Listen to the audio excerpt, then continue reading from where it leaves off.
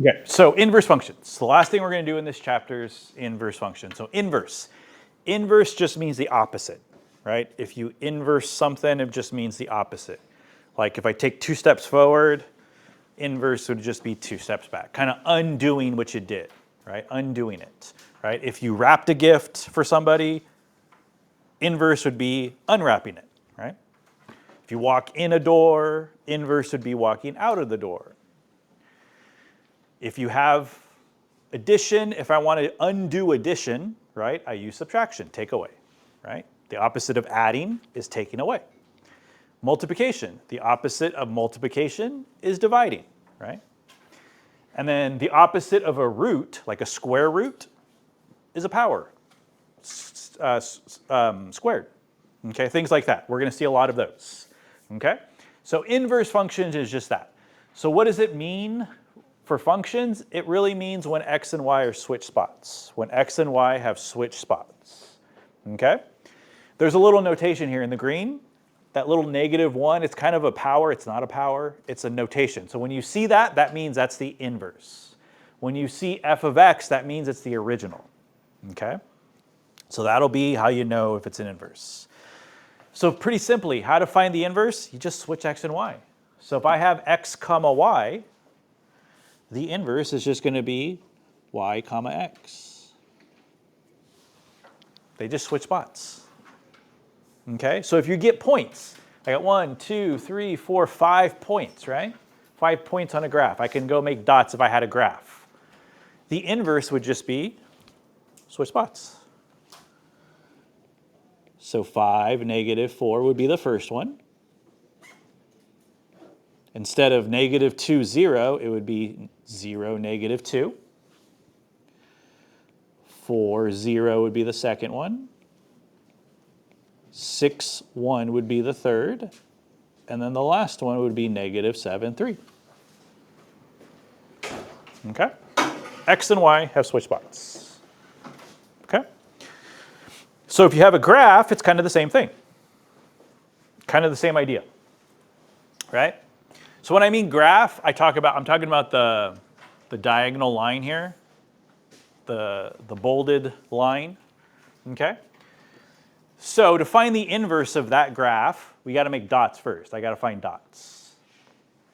Okay? So there's always going to be dots on a graph. We just have to find them. So for example, I'll show you the first dot. The first dot I see is right there. The red dot there. Where is that address? 1, 2, 3, 0. 3, 0. So that's 3, 0, right? Where's another dot? Where would another dot be? I need 2 more dots. Where would another dot be on this line here? The 0, yeah, 0, 1, right? On the y-axis, right there. 0, 1. The address is 0, 1. And then give me one more. What would one more coordinate be on the dark bold line? -3, 2. So -3 left, up 2, right? -3, 2. Yep, right there. Good. Are there more? Yes, but all I need is 3 for the table. So the inverse, we would switch, right? So instead of 3, 0, 0, 3. So 0, 3 means left, right, 0, so stay in the middle, up 3, 0, 3. The next one would be 1, 0. That means right 1, since it's positive, up 0. The last one, -3, 2. You switch spots, 2, -3. So that means you go right 2, down 3. And those should make a line. They should make a line too. They should also make the same graph, just go in a different way, right? I know it's not red and green on yours, but look on mine, red and green dots. They actually reflect from each other. Bless you. If I was to draw this line here, I'm going to draw a line here. each of the red and green reflect across that line. What do I mean by reflect? They're in the same spot, right? They're in the same spot, just on the opposite side of the mirror. So like this red dot, doesn't it reflect across this right there? This one and that one, and this one and that one. If it's an inverse, that should always be true. A red dot should always reflect to find a green dot, right? So this line is called y equals x. So that's a way to check to see, did I actually do the inverse? Well, did it reflect across that line? If it did, then yes, it is. If it didn't, then it's not. Okay? Okay. The steps, we're not ready for the steps yet, so we'll come back to those. So let's go to the other side. Let's go to the other side. We got more tables and tables and points. So this is really example 1, example 2, example 3, 4, and 5. They're just not labeled. So what I want you to do is give me the inverse for each relation. They're dots, like 3, 4. For number 1, the inverse would be 4, 3. I need a dot at 4, 3. The inverse for 1, negative 2 would be negative 2, 1. The inverse here would be negative 1, negative 5. Okay, so do that for 1, 2, 3, 4, and 5.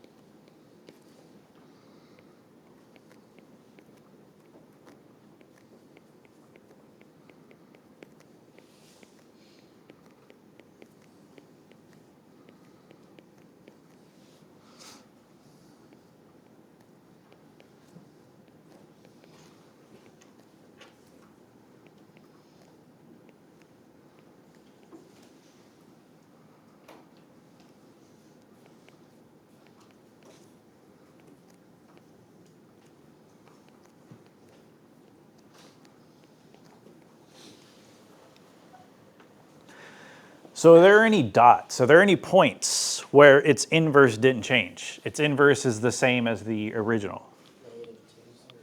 Yeah, right? These guys, let's see, negative 2, right? 0, 0. There was another one I saw, 9, 9, right? Sometimes its inverse is itself. Okay, you're going to see that too. All right, so let's do the graph now. Okay, so the graph. So this is example 6 and 7. Okay, so number 6. So they made 3 dots for us. So the first dot is at, what is that, 0, 2. The next dot is at negative 1, negative 1. The last dot is at negative 2, negative 4. Those don't have to be in order. You don't have to have their dots in the same order as I. As long as you have 0 and 2 together, negative 1 and negative 1, negative 2 and negative 4, they don't have to be in the correct order. Okay? We need one more dot though. We need one more dot. Well, look at the dots. Look at the black dots. Don't they look like they're the same distance away from each other? Isn't there like a pattern with the dots? Right? What is the pattern? How do I get from one dot to the next? What do I have to do? Yeah, go up 3 over 1. Go up 3 over 1. What is that called? Up 3 over 1. What's another word for that? Rise over 1 or slope. Yeah, what you guys did yesterday. It's the same thing. So use the pattern. 1, 2, 3 over 1. There should be one here. There also should be a dot there.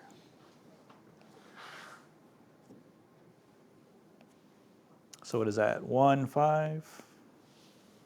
That's the original. So the inverse is opposite. I have no idea what that is. So yeah, don't ask me. All right, so the opposite would be 2, 0, negative 1, negative 1, -4, -4, and 5, 1, right? So let's go make those dots. 2, 0. -1, -1 is actually on top of another dot that was already there.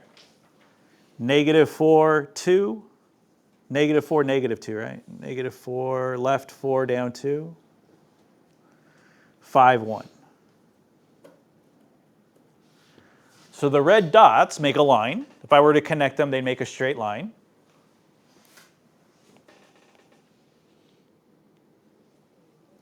Do they reflect across, do the red dots and the black dots reflect across this?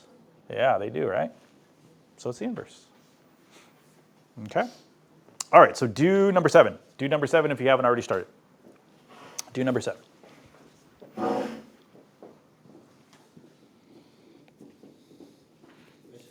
Yeah. Does the does the y equal x always go in the same direction? Yeah. Good question. That'll always be the same reflection line, yeah. The y, that orange line will always be the reflection line, yeah, for an inverse.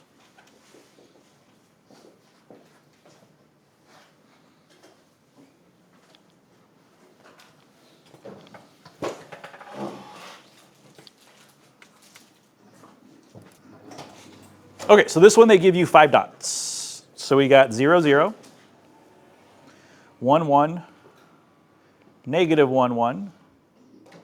What do we got? 2, 4, and -2, 4. So the opposite would be 0, 0. Inverse would be 0, 0, 1, 1. So those 2 dots actually don't change. They're the same. 1, -1. 4, +2, and 4, -2. So let's go make dots. 0, 0 stays 0, 0. 1, 1 stays 1, 1. 1, -1, that's a new dot. 4, 2, that's a new dot. 4, -2, that's a new dot.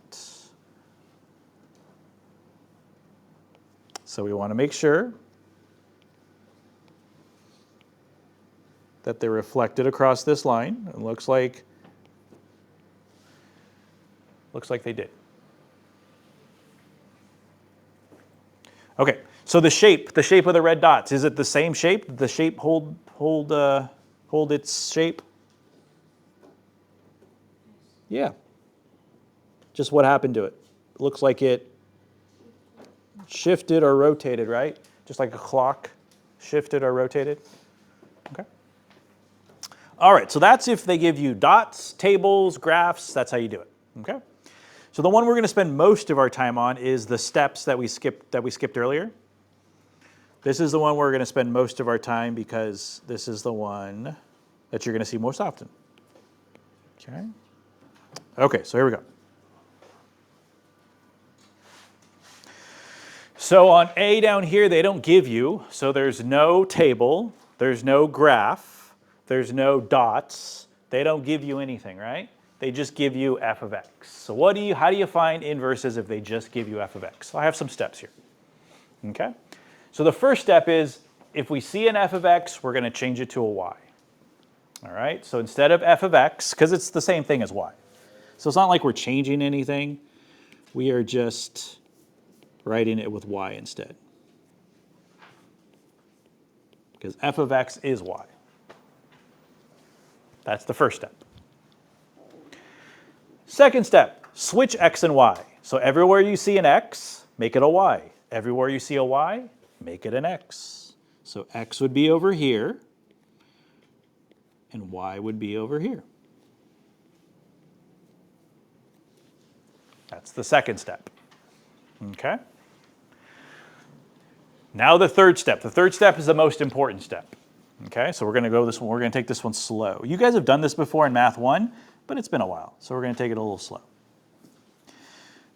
So what I want to do now is get that guy by itself. So you see how x is by itself, all by its lonesome out here? I want to do that, but with y now.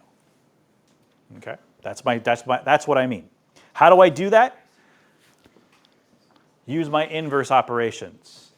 If there's addition, use subtraction. If there's subtraction, use addition. If there's multiplication, use division. If there's division, multiplication. If there's roots, use powers. If there's powers, use roots. Okay? Those are my tools to use. All right? Okay, so first thing. I have a negative in front. Who does that negative go with? Does it go with the 7? Does it go with the 8y? Does it go with both? Does it go with neither? Okay, who does it go with? That's my first question. Seems like a simple question, but some of my classes have had struggled with this. What does the negative go with? Does it go with 7? Does it go with 8y? Does it go with both? Does it go with neither? There is an answer. So I've had most students say both. They go with both, right? Put a negative up top, negative on bottom. Some say top, some say bottom, some say they didn't know. So we did a little experiment. I use my calculator. When I don't know the answer to a math question, I use my calculator. So I said, calculator, let me take, I can't use 7x 8y because that has a y in it, right? So I just used a regular old fraction, right? So I said, what about if I put 1/2 in there? Will they all be the same? Why is it not? Why is this frozen? Okay. Negative in front, that's the decimal. Negative at the top, is it the same answer? Yeah. So I can put it at the top. Negative on the bottom, same answer? Yeah, so I can put it at the bottom. Both, same answer? No. So the answer is, can you put it on top? Yes. Can you put it on bottom? Yes. Can you put it both? That's the only wrong answer, okay? So just be careful, because we got to make a decision. Am I going to put the negative on top with the 7 or on bottom with the 8y? The answer is you have multiple options. Top, yes. Bottom, yes. Both, no. Okay? This is usually what I do. I usually always just put it on top. I usually always just put the negative on top. Do you have to? Can I put it down here with the 8y? Yeah, you could. But I just always, when I do it, I just always put it on top. I don't know why, but maybe one of my teachers taught me that and I just always stuck in my head. But that's the first thing we got to take care of. Okay. What operations do we have? Do we have addition, subtraction, multiplication, division, roots, powers? What do we have here? Definitely division, right? I definitely have division. How do I know division? It's that bar right here. So I have division. Do I have anything else? I actually do. I have one other thing. What other do I have? Multiplication. Yeah, it's multiplication down here. Okay, so I have multiplication and division. Okay, so I'm going to have to do the opposites for both. Which one am I going to do first? Division. I'm going to do division first. So what's the opposite of division? Multiplication. Okay, whatever I do to one side, I got to do to the other. So what is it being divided by? The bottom, right? Isn't the bottom the divided by part? So what is it being divided by? 8y. So I'm going to multiply both sides by 8y. Why multiply? Because it was being divided. Opposite means opposite of division is multiplication. Okay. What is 8 divided by 8? 1. 1, right? 8 divided by 8 makes 1. What is y divided by y? Isn't y just a number? Any number divided by itself makes 1. So those just become 1s. Okay? So I have 8 times y times x over here, right? It's 8 times y and then times x. Over here, I have negative 7 times what? 1. Times 1. Negative 7 times 1 is negative 7. No more division I have to worry about. Now, what do I have left? What operation do I have left? Addition, subtraction, multiplication, or division? I have multiplication, right? Which letter do I want to stay? Which letter do I want to get by itself? Y. So I'm going to divide by everything I don't want to stay. 8, I don't want to stay. X, I don't want to stay. So I'm going to divide by both of those. So divide by 8x. Divide by 8x. What is 8 divided by 8? We just asked that question, right? It's 1. What is x divided by x? We also asked that question. It's 1. So when you see those cross, it doesn't mean I crossed it out. That means 1. It's a 1. Okay? So I have y equals negative 7 over 8x. Y is by itself. Step 3 is done. When y is by itself, step 3 is done. Okay? Last step, it's an inverse. So give it this symbol. Give it the little -1 symbol. So instead of y, I'm going to say f of, it's called the inverse symbol. You're done. So step 3 is just doing the opposite every time, opposite every time, opposite every time, until you're done, until you got y by itself. Okay? All right, so let's look at right next to it. Let's look at b now. Yes, sir?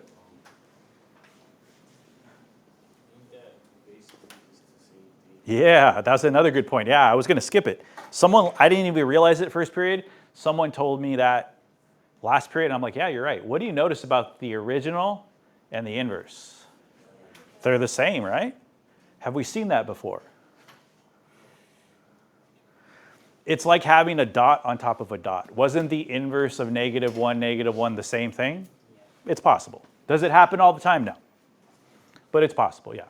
Yeah, it's the inverse could be itself, right? Because we said the inverse of -1 over 1 was -1 over 1. Okay? Okay, let's look at B. So again, no graph, no table, no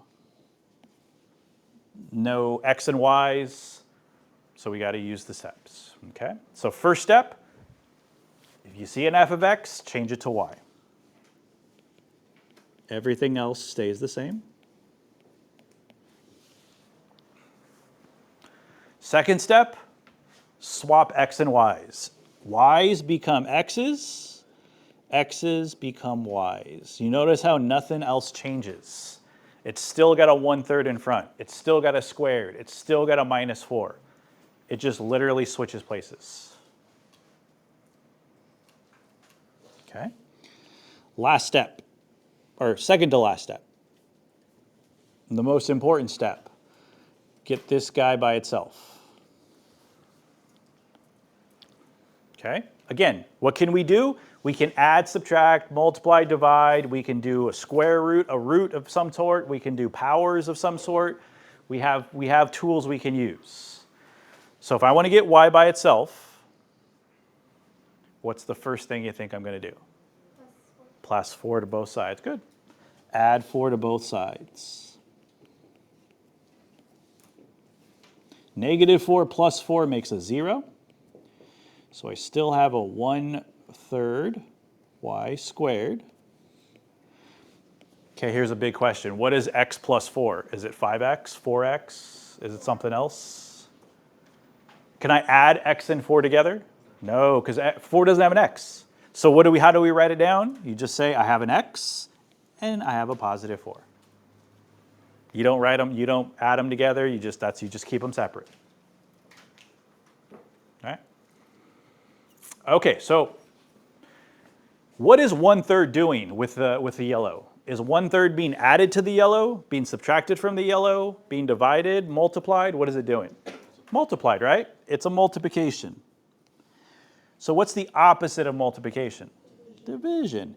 But here's the thing. When you're dividing by fractions, we don't want to make it worse. So we have a rule. It's called multiply by the reciprocal. Multiply means multiply. Reciprocal means flipped version. So 1/3, what would the flipped version be? 3 over 1. Whatever we do to one side, we have to do to the other. The reason it works is because What does 3 over 1 times 1/3 make? How do we multiply fractions? Straight across, right? So we get 3 over 3. What is 3 over 3? 1. So it becomes a 1. That's why it works. These 3's become 1's. So really it's 1y squared. And then the 3 over 1, you don't need the 1 on bottom anymore because it's not a fraction, right?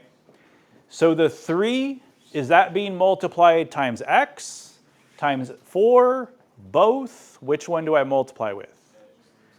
Both. You multiply by everything that was there. Everything that was already there. 4 was already there. So it would be unfair to 4 to say, no, we can't multiply by you. Everything that was already there. So leave it like that. Can you do 3x plus 12? Yeah, that's fine. Or you can just leave it like that. Last step. Almost have y by itself, but I got to get rid of that squared. What's the opposite of squared? Square root. Square root. Good. So we're going to take a square root. We're going to do a square root of both sides. The square root of y squared is just y. Over here, you have square root 3 times x plus 4. Is y by itself? Yes. I'm happy now, so I'm done with step 3. Would it switch it to where the y's in front? Switch it to, so like switch them like this? Yeah, you could do that. Yeah, because you could you move it so the y's on the left? And yeah, you could totally do that. It's okay. This guy now needs to become one of these fancy symbols. This side is there.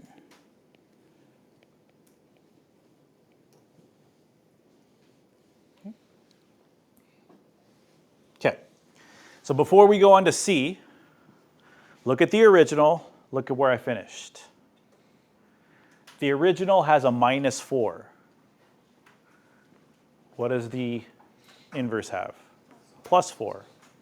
The original had a squared, right? The inverse has a square root, right? This one had a 1/3, right? 1/3 means divide by 3. It's another way of saying divide by 3. This one has a multiplied by 3. They're true inverses. Everything is the opposite, right? Everything is the opposite. That's why it's the inverse, right? If my answer had some subtraction in it, I know it's wrong because the original had subtraction. I need to have addition, okay?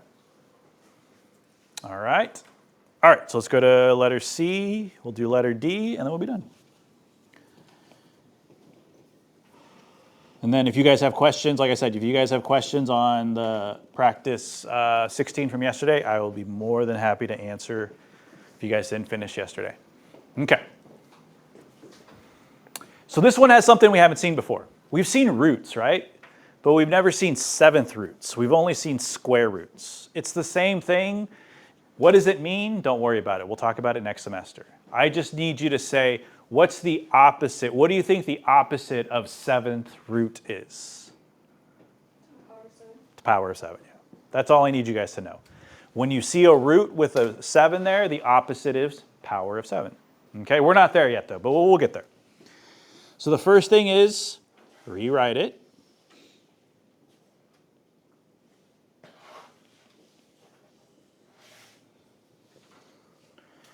Step 2 is switch x and y.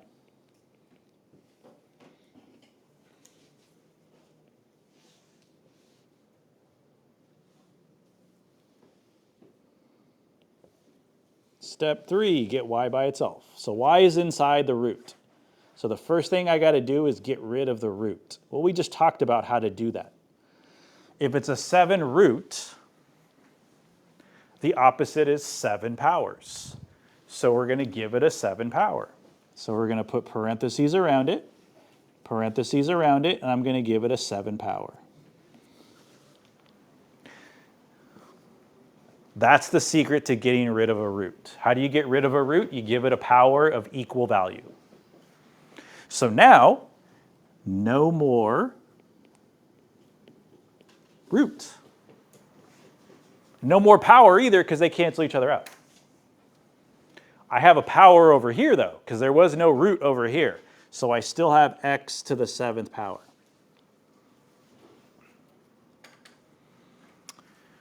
Okay, almost got y by itself. What do you think I'm going to do to get y by itself? Multiply by 3. 3 divided by 3 makes 1. So these 3's don't cancel out. They change to 1s. So it's just 1 times y now. And then over here, it's 3 times x to the 7th. How do I know I'm done with step 3? Is y by itself? Yes. Okay. Give it its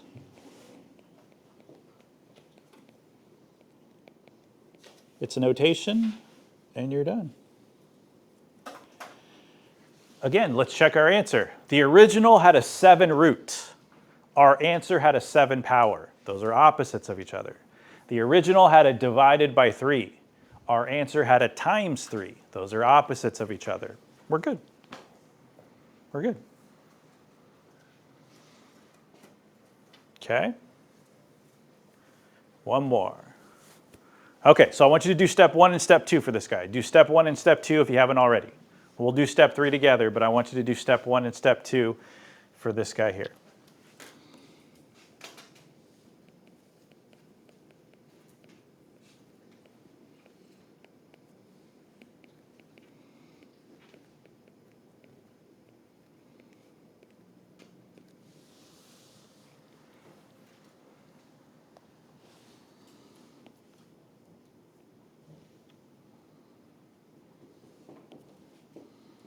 Okay. What do you think I'm going to do first? Okay, so can I add 10? I know I'm going to have, the original had a minus 10, so I need to add 10. Can I add 10 right now? Not yet. Not yet. Will we add 10? Yes. The original had a divided by 9. Can I multiply by 9 right now? No. I have to get rid of the power first. So we got a power of 5. How do you get rid of a power of 5? 5 root, right? A root, 5 root. So we're going to go root and then a 5 here. Same thing on both sides. A root with a little 5 out there. You don't need to know what it means. All I need you to know is that they're opposites of each other. That's all I need you to know. Next semester, when we get into radicals, we spend a whole chapter doing that, and then you'll figure it out. Okay? But for today, I just need you to know they're opposites. So a 5 root and a 5 power disappear. So now I have no more power. So I don't need to write it in parentheses anymore. This side still has a power because it didn't have, or a root because it didn't have power to begin with. Okay, so am I going to add 10 now? Not yet, right? Not yet. Multiply by 9. Good. Multiply by 9. So the 9 is not going to go inside the house. It doesn't have a root. It has to stay in the front. Okay? The 9 has to stay in the front. And then the 9's over here become positive 1s. So we got y minus 10. Now I can add 10 to both sides. Can I add it to the 9 to make 19? No, I can't. Yeah, I can't because it's 9. If it wasn't 9 times this guy, then you could. But it's 9 times. Does the 10 have a root 5x with it too? No, it's not like terms.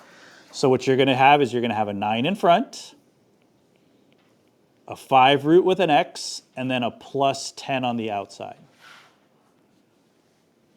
Just like that. You can put the little dot there if you want for multiplication. So 9 times the root plus 10 Okay?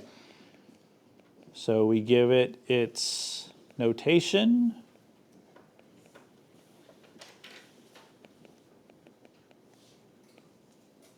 Last thing we're going to do is make sure we did everything right. The original had a 5 power. Do I have a 5 root? Yeah. The original had a divided by 9. Do I have a multiplied by 9? The original had a minus 10. Do I have a plus 10? Yes. That's how you know you did it right. Okay?